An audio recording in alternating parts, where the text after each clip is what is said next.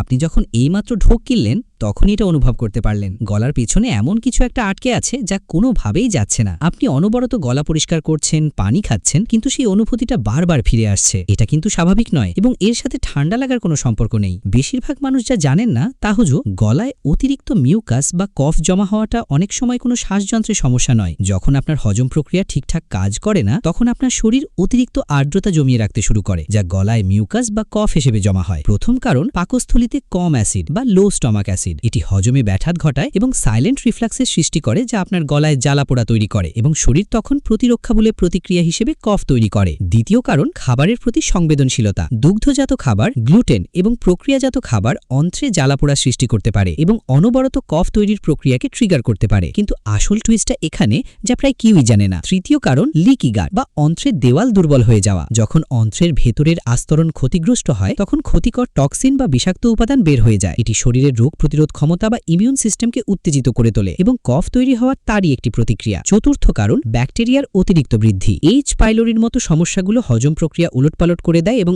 এমন অস্বস্তি তৈরি করে যা একদম গলা পর্যন্ত চলে আসে। আপনার অন্ত্র বা পেটই নিয়ন্ত্রণ করে যে আপনি গলায় কি অনুভব করছেন। যখন আপনি ভেতর থেকে এটিকে সুস্থ করতে শুরু করবেন তখন সবকিছু বদলে যেতে পারে। আমার পরবর্তী ভিডিওতে আমি আপনাদের দেখাবো ভেতর থেকে অন্ত্র বা পেট সুস্থ রাখতে আপনার কি কি খাওয়া উচিত। ভিডিওটি দেখতে চাইলে কমেন্টে ইয়েস লিখুন এবং যার এটি প্রয়োজন তার সাথে শেয়ার করুন।